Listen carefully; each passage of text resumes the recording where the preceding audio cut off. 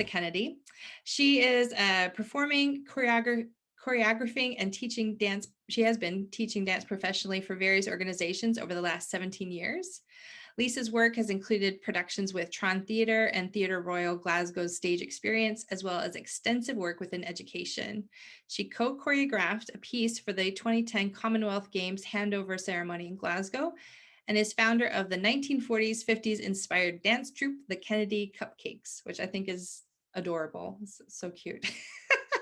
In 2019, Lisa established The Bra and the Brave, a podcast about people and their passions, the art of a good conversation, and sharing stories to inspire, move, and motivate others is something that she values greatly, featuring those who love what they do and do what they love. And I don't know, many of you will know Lisa already, will know her podcast, The Bra and the Brave. It is a wonderful, very well produced podcast, and I can't encourage you enough to check it out if you have not checked it out already. She has recorded an amazing 150, is that right? Yeah, Episode. like 152 now. 152 episodes. Amazingly prolific. She's going to tell you a little bit about that in her talk. So please do check that out. I think we've got some details coming in through the chat as well, so you can check that out later. So with all that said, I'm going to go ahead and stop sharing and hand it over to Lisa. Welcome. Thank you so much, Audra. Thanks for that lovely introduction. I feel like there's nothing else to be said. So thank you and goodbye. That's not what we agreed, Lisa. I know. I'm just glad I can string a sentence together, because as Audra was saying, I did get a wisdom tooth removed yesterday, and I thought, what if I'm like still slabbering away at 8:25 on Friday morning? But I'm here and I'm no slabbering, so you'll be glad to know. I'm going to share my screen just so that you're not having to necessarily look at my face the entire time. There's like some other stuff to look at. And we'll get into it, I guess. There's my mug again. I've just showed you another picture of my face. It's just so yeah, thank you so much for this opportunity. I will say that there was a lot of self-talk going on once I agreed to do this talk this morning. They'll regret asking you. They'll regret asking you to talk. Your story's not that interesting. Resilience, I'm not sure that I have that. There was a lot of that talk going on as I sat down to write this speech today, and as much as I had put myself forward for the opportunity, it's that moment when you have been a wee bit gallus, as we like to say in Scotland, and then you're faced with the actual prospect of having to do it. So I guess, my starting block was that resilience was a word that came up quite frequently when I started working in schools as a dance artist. The young people who were, would maybe get put out of a game or would lose a round of a game and were asked to sit on the bench and did so, kind of took it on the chin, didn't have a tantrum, and just happily sat there and watched their peers continue the game, were deemed resilient.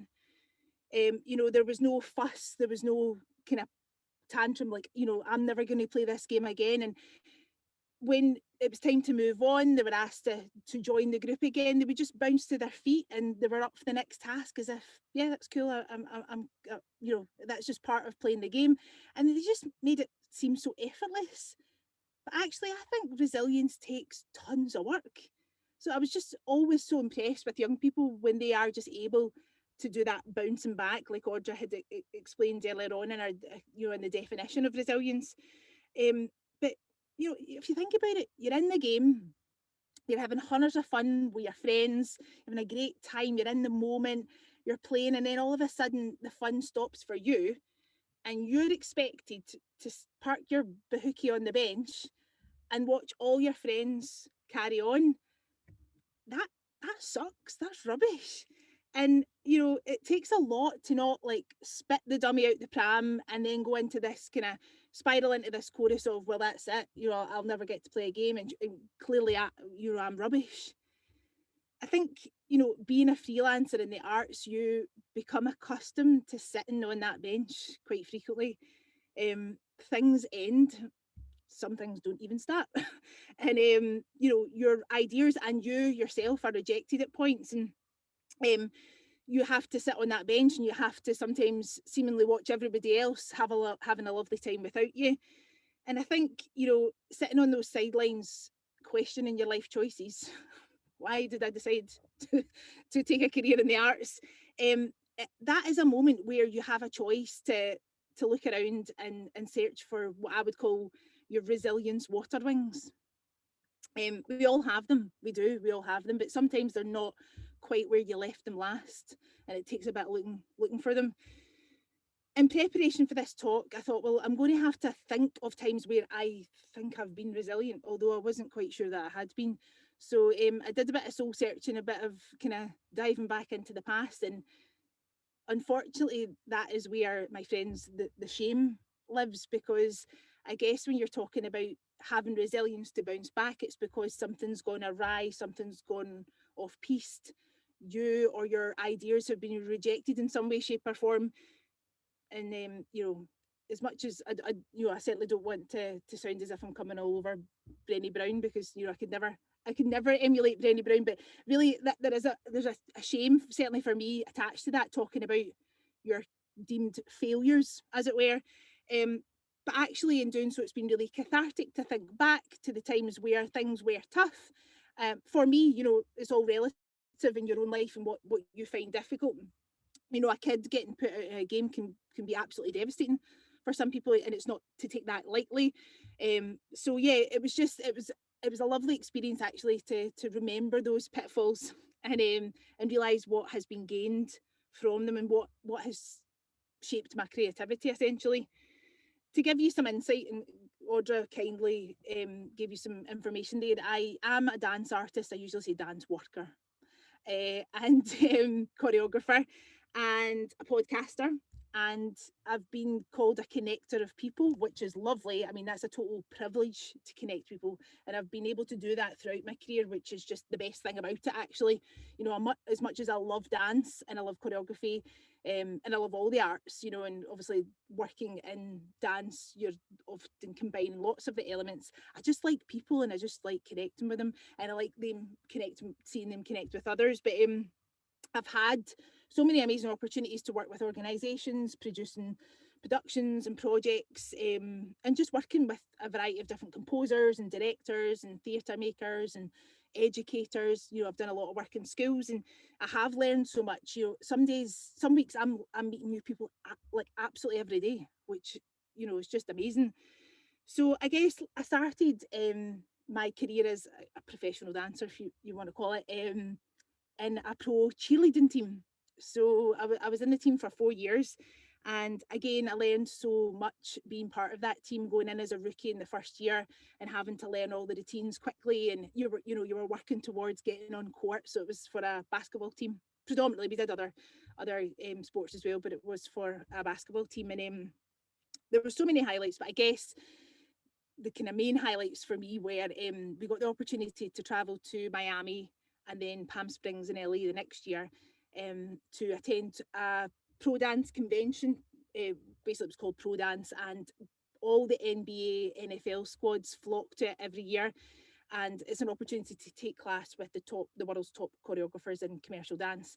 And all the routines that you learn that week are the routines that you'll see on the basketball courts, on the football field. So we were able to attend that alongside all these, you know, giants in the sporting world.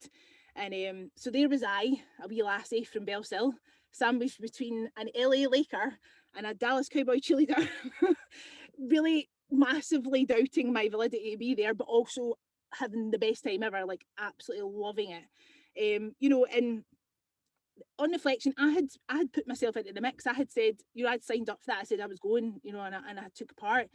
And as much as at the time it was both exhilarating and absolutely terrifying, thinking back, I totally deserved to be there. You know, as much as all the other girls that were there on that course, I deserved to be there and I did a great job. But it's the stories you tell yourself. I remember telling myself at the time, like, you are massively out your depth. This is a piece of nonsense. How did you even think you could be here? You know, but then I look back at the footage and there I am, not sticking out like a sore thumb. And yeah, so when I was thinking about this, I was just thinking about how we do tell ourselves stories and sometimes they're not that helpful. I loved being part of the squad. as I say, I was part of it for 4 years, and you know, it was a massive amount of commitment, dedication. You know, built friendships, went on amazing adventures, wore really, really tiny, tiny outfits that wouldn't even look at me now, and yeah, and had a, you know, the body to die for. That, you know, now I'm like, you really should have appreciated that. But anyway, and yeah, just had the best time, and re-auditioned every year. So I had to re-audition every year to get back into the squad. So after 4 years, that ended, and I was devastated. And this is actually the first time I've spoke about it. And to be honest with you, you know, sitting on that bench that I spoke about earlier, there was no resilience water wings to be had. I was absolutely gutted, and yeah, just really had to sit with those feelings, you know, because so, you know, often when you really, really care about something, you've put all your effort and energy into it, it is really difficult to just go, oh well, that was great. You know, I've learned some stuff and I'll move on. It's obviously time to move on. There was none of that chat. It was all doom and gloom, and this is the worst thing that's ever happened to me. And oh my goodness, I'm never going to dance again, and all of that. And yeah, so I sat on the bench looking for the wings reluctantly, and then, you know, that kind of sadness and despair and all the rest of it turned into basically a hunger to perform again. I really missed performing, and I missed my pals. I missed dancing with people that were like minded. So a year passed, you know, a year after that I wasn't in the squad anymore. I had this idea to create what Audrey had already mentioned, the Kennedy cupcakes. I think I've just always had a love for that era, the 1940s and 50s, the movies of that time, the music of that time, and you know, as much as the fashion and the kind of just the romantic side of that time, how it can often be quite kind of proposed. So yeah, just came up with the idea of the Kennedy cupcakes. It wasn't like, oh, there's a gap in the market, I'm going to make this dance troupe that everybody's going to love. It was just very much like, I like this music, I think I could choreograph to that kind of style of dance, let's just make it happen. And you know, I could never have imagined how amazing that wee seed of an idea would grow into this phenomenal thing. And you know, 12 years on, so that was like 2009. Um, a global pandemic aside, and it being nigh on impossible to perform or rehearse for an entire year, that aside, we are still going strong, and we are the best of friends. Like I honestly couldn't have the better dancers, better people in the troupe. It's definitely a family, and it's grown as a family over that, you know, those 12 years. People have got married, people have had children, but we are still so lucky to perform and, you know, bring joy into people's lives with what we do, and that's like an absolute privilege. We've performed at military events, charity events, 90th birthday parties, weddings, the opening of an envelope in, basically, you know, we've danced at it all. We've met some incredible people and heard some incredible stories. We do some, you know, dementia friendly events, relaxed events, which are always just the absolute joy. And yeah, we've made some memories together, road trips and panic stations, and me with my suitcase with the kitchen sink in it, just in case, just in case. And it's been brilliant. And you know, just thinking back on, you know, that year of, oh my goodness, what am I going to do, I'm never going to dance again, to then having that seed of an idea and approaching the people that I wanted to be part of it, and it just organically grown over that time. You know, whether you believe in everything happens for a reason, and that was totally meant, you were totally not meant to be a cheerleader anymore to make space for this, or whether you believe that you make your own fate, that situation happened because I found my resilience water wings. I found them. You know, it was a hard job, but I got there eventually. And it just really was born out of, you know, wanting to do what I love to do, and what I'm good at. If I'm totally honest, like, if I'm honest with myself, I'm good at it. You know, it's one of the very many things that I'm good at, or very one of the few things I'm good at, rather. And you know, it came with its own uncertainties, obviously. Like, I had never started a dance troupe before, but the passion to do it was kind of fueling any sort of kind of doubt or anything. It was like, well, I'm just going to do it anyway, and we'll figure it out. And we have, and things haven't always gone well. Things have gone wrong, but it's been a total learning curve. And I'm just really grateful now, you know, 12 years on, that happened, as much as it was a sore one at the time, for sure. resilience is often like described as the ability to bounce back quickly, to kind of shake it off, as Taylor Swift would tell us. But I would argue that it's whether you sit on that bench for like 5 minutes until the game finishes, or whether you take a whole year to figure out where your water wings are.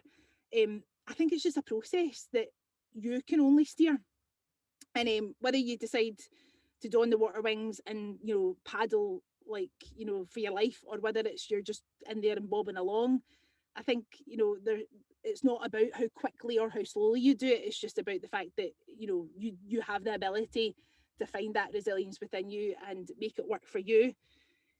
Becoming a dance artist in residence in 2005 for a dance company called Scottish Traditions of Dance Trust. They did change their name to Scottish Dance Traditions at one point.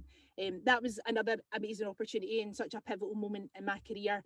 I'd been freelance for maybe about a year or so before that, just kind of finding my feet. And when I was offered that position, it was actually only supposed to be like a year and a half's post, and it got extended to 6 years. So in that time, I had, you know, the most, again, amazing opportunities to connect with the community that I was working within. So I was in Clackmannanshire, which is the weest county in Scotland, and it was my job to basically just inject as much Scottish dance into that area and to make Ceilidh cool, which it is obviously, but some people don't think that. So I did a lot of Ceilidh fusion, so mixing Ceilidh with hip hop, Ceilidh with Bollywood, and you know, just establishing groups within the community, finding out what was already happening dance wise. It's such an amazing community in terms of the arts, and it's very well supported by the council, or certainly was when I was there. And yeah, it was just an amazing opportunity to kind of build roots somewhere. And you know, with freelance, and you know, many of you'll know, it's you're here, there, and everywhere, and it's quite often hard to maybe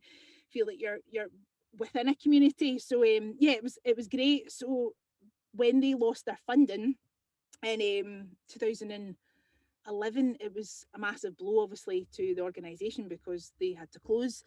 And yeah, I was made redundant, and it was one of those ones that you're just like, right, you know, I'd been for 6 years used to a regular income, but you know, aside from that, because I'm not that interested in money, although I guess you need to be if you want a roof over your head and food on your table. There was panic stations in terms of how was I going to maintain all of these connections that I'd worked so hard to build while being at the dance trust. You know, as the only dancer that worked for the company, I just was very aware that I didn't want to take time out. There wasn't time to sit and wait and see what will happen. And as many people in the arts will know, there's not always an abundance of jobs just sitting there waiting for you to apply that are just perfect for you. So I took the decision to go freelance full time, and just really act upon those connections that I already had within the community. And by that time, I'd already started the cupcakes. And although, you know, it wasn't plain sailing, and it hasn't been, but it's been very much a roller coaster. It's been amazing, but it's difficult at times. You know, I often wonder, would I have taken that leap? Would I have been brave enough to go freelance, knowing, like, you know, now how much I enjoy it and how much I love it? And in some ways, sometimes I'm like, I can't imagine working full time for one organisation. Yeah, I wonder if I would have been brave enough. I just wish that obviously the dance company could have continued with or without me. But yeah, it's one of those ones you look back and go, would I have jumped ship? Would I have been brave? But as Audra kindly mentioned earlier on, I've worked with a variety of organisations and companies. I deliver quite often for the Tron Theatre in Glasgow, so I do some work with their youth companies, and I've also done some movement for the Christmas shows that happen. I've worked with the Theatre Royal in Glasgow. They have a stage experience programme during the summer normally, and it's amazing. We get to do a full-blown musical within the space of like 2 weeks, which is just absolutely bonkers, but it always happens. We always pull it off. I have done a lot of work within education. So for the last 7 years prior to the pandemic, it's just a sentence I say now, I was delivering a programme called Max in the Middle, which is a health and wellbeing programme within schools within NHS Forth Valley health promotions area. And that's an amazing programme. It really is. It's such a joy to deliver that, and it has changed over the years of me being part of it. Yeah, and even actually last year's part of the NHS Forth Valley's health promotion work, I choreographed a hand washing routine for the pandemic. Would you believe? There is creative ways to wash your hands. The World Health Organization gave the thumbs up to. So so yeah, your work, the work is just different every week, and I'm very, very grateful for that. I've worked with Bollywood dance troupes, I've worked with choirs, I've done people's first dances for their weddings. And yeah, as I say, just on reflection, I wonder, as much as it was an amazing opportunity to work at the dance company, I wonder if I'd ever have taken the leap. Now, here's me blathering on, and I realised that I made slides, and I've not shown you any of them. So I'll show you. Here's some images of the cupcakes. There we are, hanging about at Summerlee Museum. That wasn't all of us. There's been 10 cupcakes in total. We've got a new cupcake at the moment who hasn't even had the opportunity to have a gig, which is mental. So that was just one of these photo shoots that we did. And here is some of our production shots and different gigs that have been on. The one where we're all sitting with the checkered leggings, that's the very first photo shoot that we'd ever done. And I wasn't planning on being part of that photo shoot, so so that's why I don't have matching leggings. That's us in rehearsals. Yeah, that's us in front of the Eiffel Tower where we did a wee impromptu routine, as you do. And I've just put some pictures together of some work, some great opportunities to work with some just amazing people. The picture down in the right hand bottom corner is the Commonwealth Handover ceremony that Audra had kindly mentioned earlier on. Pratap Shetty, who's a choreographer from India, came over and we did a fusion piece mixing Scottish dance and Bollywood and Kathak, and it was amazing. So we were doing like a live link to the handover in India as we were doing it in the fruit market in Glasgow. And here's some more images of some productions that I have been part of. The one in the left hand bottom corner, that is a production that is yet to go on stage because we were doing Oklahoma the musical, and we had done the band call. The 26-piece orchestra was in on the Sunday, and on the Monday the pandemic hit and we were supposed to open in the Tuesday night and we didn't. So that picture means a lot. It's like, when can we get that production up on its feet, for sure. Being creative is essentially about putting your ideas out into the world, and even if it's behind closed doors and only you can hear, see, touch, taste or smell it, it takes an element of resilience, because whether or not the world is going to get to react to this thing that you've made, I think a lot of the time it's about your response to what you've made. And I think quite often we can self-sabotage and we can tell ourselves those stories like I mentioned earlier on, and quite often we can berate our ideas before they even get off the starting blocks, because essentially you're trying to coax an idea out your head onto the page or onto a body or onto an instrument or whatever your kind of medium is. You're all up in your head, and that's where all the kind of self-negative, self doubting chat resides. And I think it can be difficult to then be super positive and be super confident about the thing that you're making, even if you absolutely love the process of doing it. And again, it's just about those stories that we tell ourselves. And that sentence in itself, I won't take full credit for it, because I was at a workshop or a discussion group on Monday actually with Creative Entrepreneurs Club, and Catherine Welch, who was running the talk, had said that very sentence. I can't remember what we were talking about, but that came up, and she said, yeah, it's just the stories we tell ourselves. And I was like, yes, it is. And you can choose whether you tell yourself a good one or a not so good one. As Audra kindly mentioned, I have a podcast called The Braw and the Brave. It's a passion project. I started it back in 2019.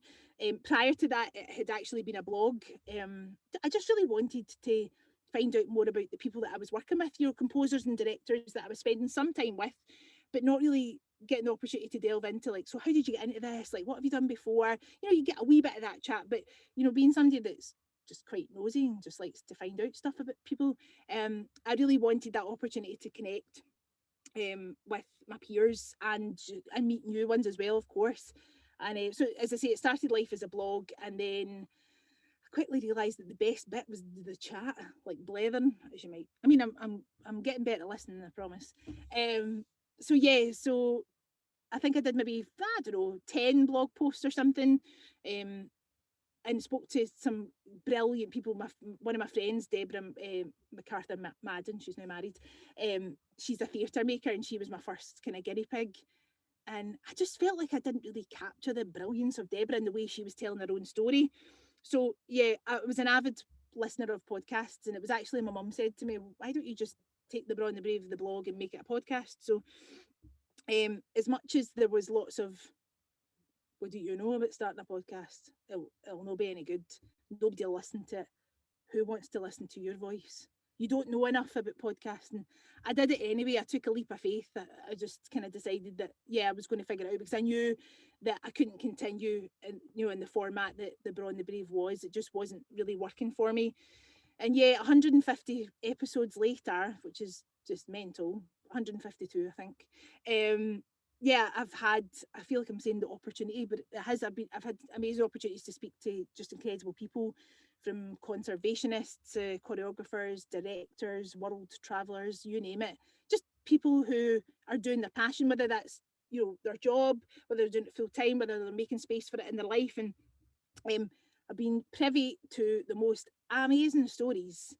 Honestly, just awesome. It's such a privilege, really is such a privilege to hold space for people, and as they explain not only the highlights but the hurdles of following your passion and chasing the dream, because no one escapes having to dig out those water wings, for sure. From recording to editing to approaching guests, and also the kind of interview skills that are required for doing a podcast, it literally has been just a learning on the job, just figuring it out. And I'm not going to say I've sussed it all, or I'm an expert or a guru, by no matter of means. I've figured a way how to do it the way that I like to do it, and it has changed over the course of those 2.5 years, but it has just been a total figuring out process. And speaking to people, it's been such a comfort in a lot of ways. I feel bad saying that, but you just realise that everybody's got the same hang-ups. Everybody's self-doubting and going, what am I doing? Questioning their life choices. And everybody I've spoken to practically has mentioned a time where it didn't work out. Things went off piste or awry, or they were rejected or whatever. And actually, that has summed up, as much as the podcast was already called The Brawn the Brave, and I couldn't have knowing that people were going to be so open and honest, they have been really brave, in my opinion, of sharing those moments of kind of, I guess you would call, failure or pitfalls or hurdles. And that actually gave me the bravery today to talk about the time where I didn't get back on the squad, and that I got made redundant, because quite often you do show the highlights reel, you do the Instagram stuff that all looks shiny and lovely and everything's going well, and it just doesn't happen like that all the time. And yeah, so I've just been so honoured that people have came onto the podcast and shared their story. And when the pandemic hit last year, so obviously right away, production was shut overnight. The Max in the Middle that I was doing in schools, we were in on the Monday, we had to tell the kids we weren't coming back. They were like, what? We were like, we don't even know. And it literally that week, it just was like, it was a total vortex of like, I'll never work again. It was like despair. There was a bit of kind of stunned stupor. Yeah, it was pretty horrible. And then I had the realization that also I couldn't do the podcast the way I was doing it. So up until that point, I'd done 70 episodes in real life. I'd either went to people's homes or places of work, or they'd come to me. So then, that was another, well, I can't even do the podcast. What am I going to do in my life? So yeah, rather than kind of sitting on that for any length of time, I literally was like, I need to figure this out. And actually, prior to that, some people had suggested, oh, could we do it maybe on Skype or Zoom? And I was like, not at all. No way. Like, I'm all about the in real life. Sorry, pal, I'm not going on the internet to talk to people. No, I'd never done a Zoom before. But yeah, literally that, I think it was like 2 weeks in, and I was like, I need to figure this out. I had a bank of episodes sitting there, and as soon as they had went out, I was like, I need to keep this going. I needed to create and I needed to connect. It was just that's what fuels me.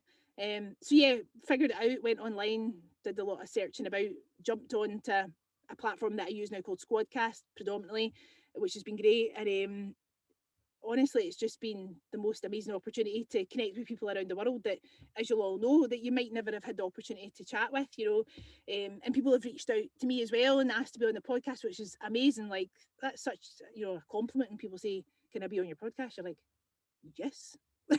Absolutely. And yeah, just figured out the whole technical aspect of how you do it online, and it hasn't always gone well. Like, what the first time I did it, the whole computer just shut down mid recording, like the whole thing. And I went, I'm in my cupboard, and everything just goes pitch black, and you're like, right, great, brilliant. And you're like, on the phone, like, I'll be there with you in a minute. Sorry, this is a really professional outfit, promise. But yeah, it has been such a joy and just such a lifeline to continue the podcast throughout the pandemic. And speaking to people and realizing everybody was going through their own moments of having to pull on the resilience water wings, it did give me the confidence and realizing that I had figured it out and I was doing it. And actually I ended up writing some podcasting workshops, so like a kind of how to start your own podcast, and I've delivered them for the Tron Ambassadors Theatre, Tron Theatre Ambassadors Programme, Creative Entrepreneurs Club as well, YWCA, General Assembly London, and a few others, which has been amazing. As I say, I'm not an expert, but it's been lovely just to, again, use my skills as a facilitator, because I've not been teaching dance over the last year. I've not been in person. So it's been lovely to do that online, but, on a podcasting front, and just share the stuff that actually would have been helpful when I was starting a podcast, to say, this is how I did it. You could have a go. You could try that and see if it works for you.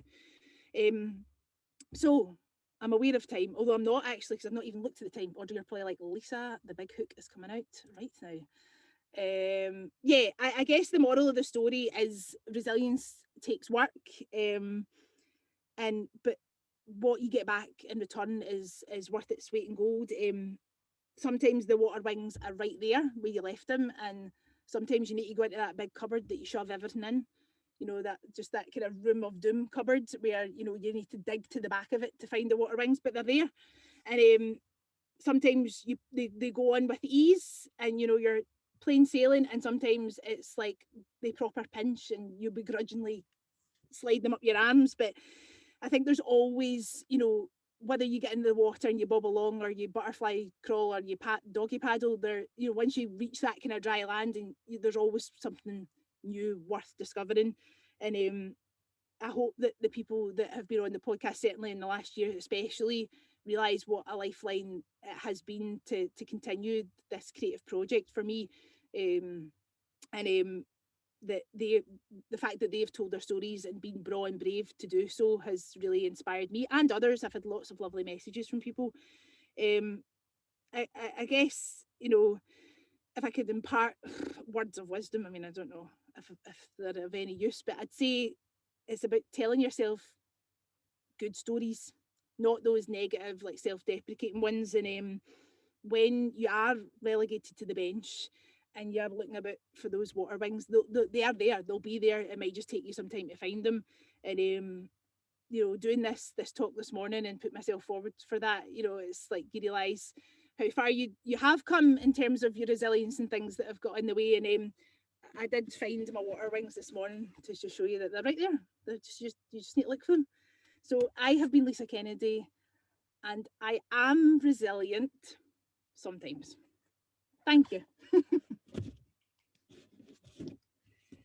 Excellent. Lisa, thank you so much. That is some really Longest talk ever. Say again? The longest talk ever. No, not at all. Not at all. That was very inspiring. Thank you so much. I think it's been amazing to hear about your journey, and as you mentioned, I think it really helps other people, I think, to kind of know that they're not alone in the ups and downs, and that actually resilience isn't something that you just have. It's something that you work at. And it doesn't always feel like you have it, at the time. So thank you very much. That was wonderful. There was a question that came in during your talk asking if there was a video of the hand washing dance. There is. I need to find that. Oh, I should have put that in. I'm sure that there is. If you go onto NHS Forth Valley's website and just put in hand washing. I'm sure it's probably still there. There was like a big Twitter campaign at the time for it last summer, so I'm sure it's still kicking about somewhere and you'll be able to learn it. We should have There's done that lots of for lovely. warm-up today. I know we should have. So you could have learned some tutting while we were here. Excellent, excellent. Good. So if we probably have time for one question or so before we close things up. If anybody has got one that they want to pose, you can either unmute yourself or put it into the chat.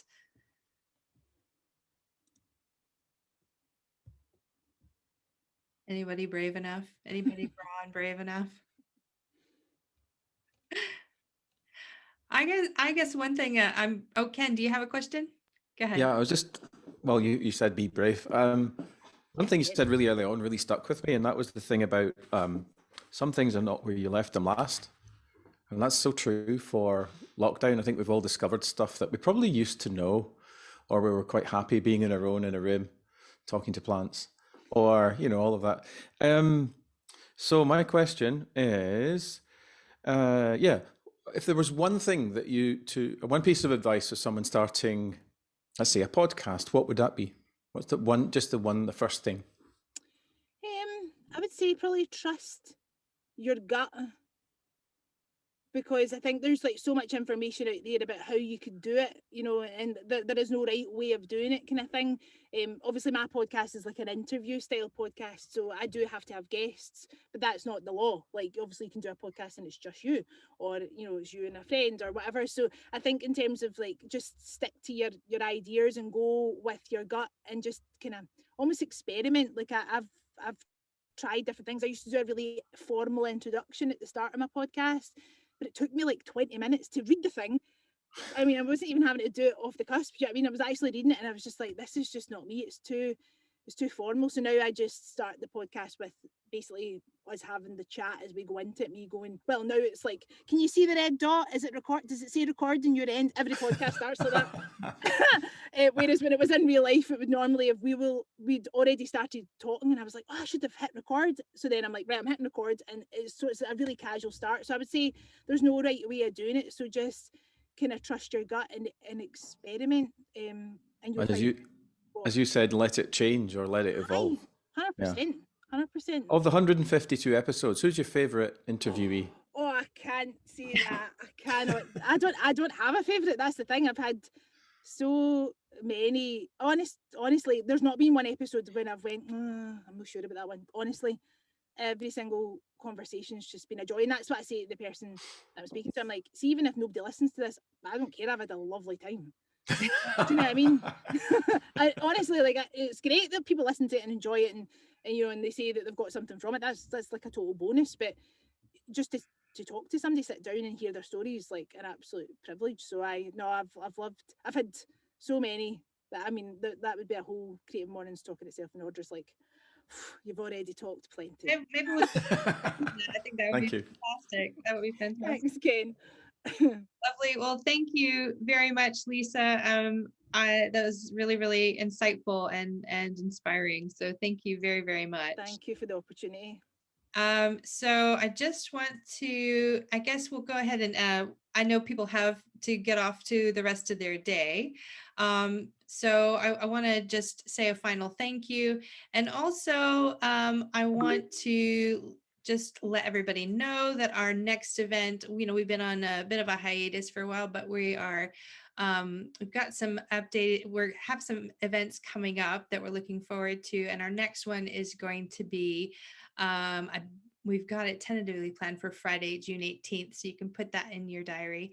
But thank you very much to everybody. Please, if you don't already follow us on social media, or you're not subscribed to our newsletter yet, please do that, so then you can hear what's coming up, and also maybe share any news that you have with us so that we can share it out with the community.